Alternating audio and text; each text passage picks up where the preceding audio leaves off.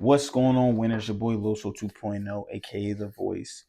And today we're going to continue reading Nine Figure Mindset: How to Go from Zero to Over $100 Million in Net Worth by Brandon Dawson, forward by John C. Maxwell. But before we get started with that, click that subscribe button below and subscribe to the Winners Win channel. We are almost at 400 subscribers, man. I'm definitely excited about that. On my way there, on my way up. I appreciate each and every single one of you guys that not only subscribe, but actually watch the videos, listen to the videos, get the content, and just continue to improve yourself, because that's what it's all about, right? So I'm picking up on page 49. The part that we just got to was pretty much Brandon met with the investors. He told the investors pretty much that everyone kept denying him. He finally got that last investor to say, he'll think about it, but he was like, let me show you the property, let me show you the game plan. The investor said, okay. He went and showed him all that stuff. That he wrote him a check for $1 million. Then he took that back, bought out the company, or made the company, grew the company, started selling the company, making that value to buy more stuff, selling the stock shares and stuff like that, right? So picking up on page 49. Flushed with new energy, confidence in the $6 million they had wired me, I succeeded in getting another $100 million in businesses under letters of intent.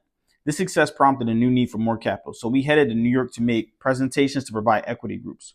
We must have made 75 presentations, the majority of which ended with us being laughed out of office or being told that, given my age and lack of experience, nobody would trust me with that much money.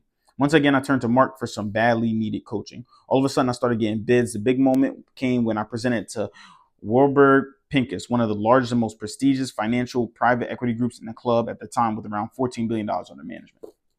Again, this is another example of attacking well clients. Stop trying to shoot for these little fish, man, just to get the little fish to say yes. Keep going for that well client, that person that you know has the money, the finances, or whatever to provide for you, or those big corporations that have the money.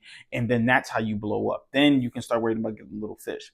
Second thing is, he said they presented over 75 times, man.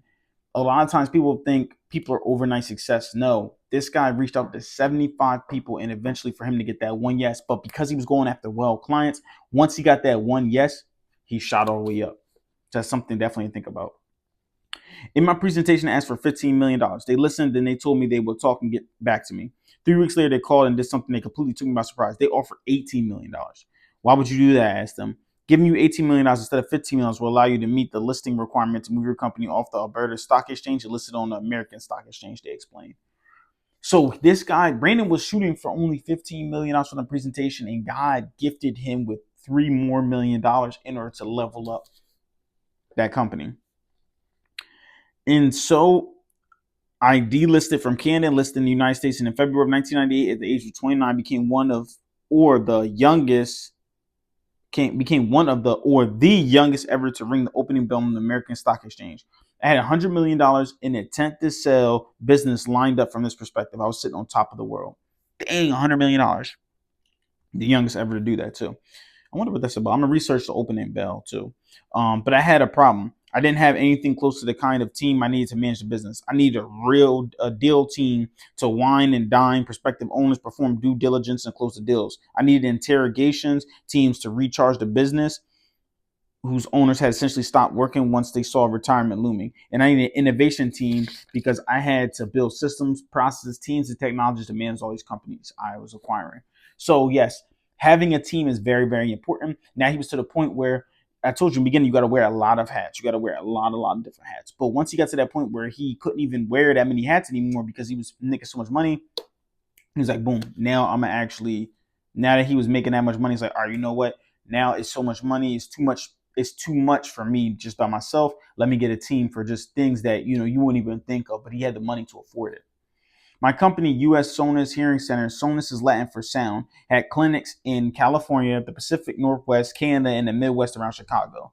Because I bought some larger offices that numerous locations, as I grew my business, I found myself tying up millions in acquiring the clinics, but unable to persuade the managers to do daily cash deposit. Yikes. I needed more money to build new technology and improve my receivables. As a public company, I needed real-time reporting. So these are things that, as you grow, as you evolve, you have to start getting things that you didn't know you needed before. So I acquired a receivables business that was an expert at collecting third-party payables, and we started having all of our clinics ship their bills there overnight. There, the money will be billed and collected. The problem was that the owners of the company checked right after we acquired them. My CFO was not paying attention and managed them. Therefore, 5 months of billing and collecting didn't get done, leaving boxes and boxes of unpaid bills piling up and all my cash flow sitting dead on the shelves. That's crazy.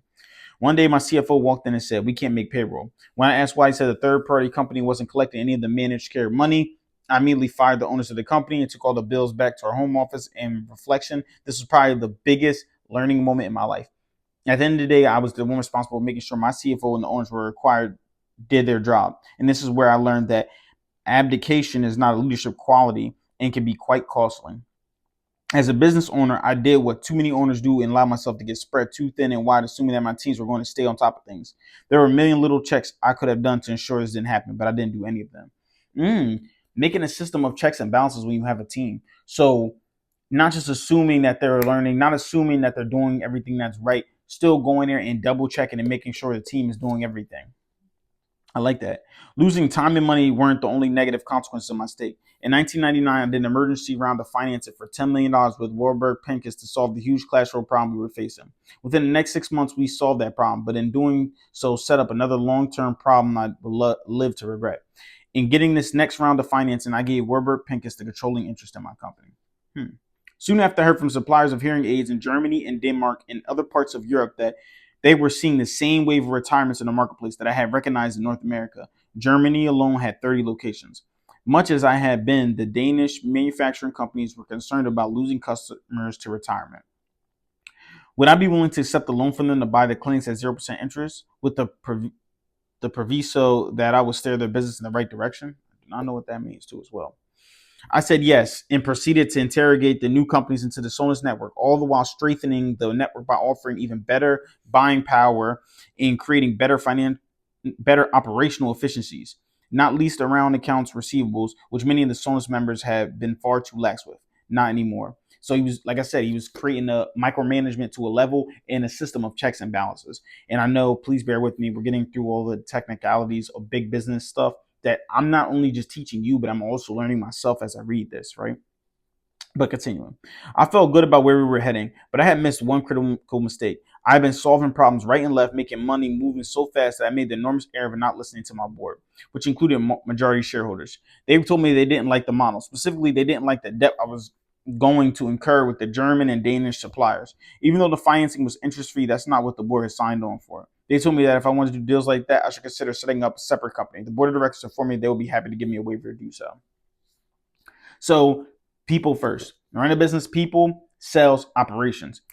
He was not connecting with the people as much. He was kind of just doing everything the way he wanted to do it without even trying to make sure his team was okay with that. So start to use ideas from your team. You do not know it all. This actually reminds me of a lot of things, man. Even something I should do more myself is get ideas from my team. Okay, what do you need from me? What could we do in order to get this stuff together? Let's game plan together, right? So that's the biggest thing, I think. I thought briefly about checking in with Mark and my buddies in Texas to get their read on the situation, but ultimately I trusted my own instincts. I went ahead and made arrangements to receive a $20 million interest-free loan from Danish supplier and immediately took the business's profits from zero to over $100 million a month. I was so giddy with growth that when a German manufacturer came to me and told me he wanted me to buy out its customers and give that manufacturer all the business for another cool $20 million interest-free loan money, I told him about my conditions for doing business with me, as I told everyone else. So I'm going to stop right there, right?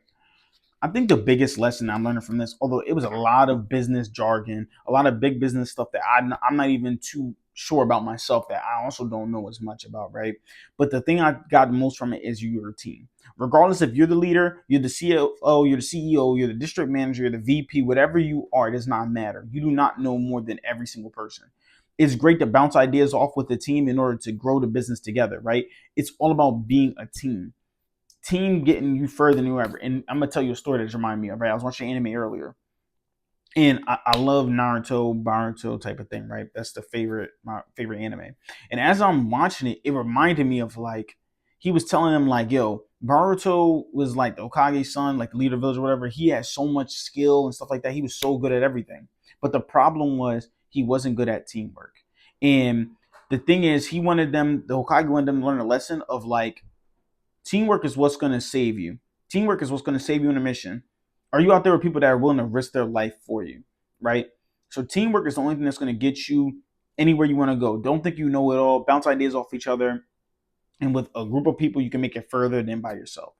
That's really all I have for you guys today. I want you guys to keep killing the day. Winners win, losers lose, and you pray for success like this. 2.0 out.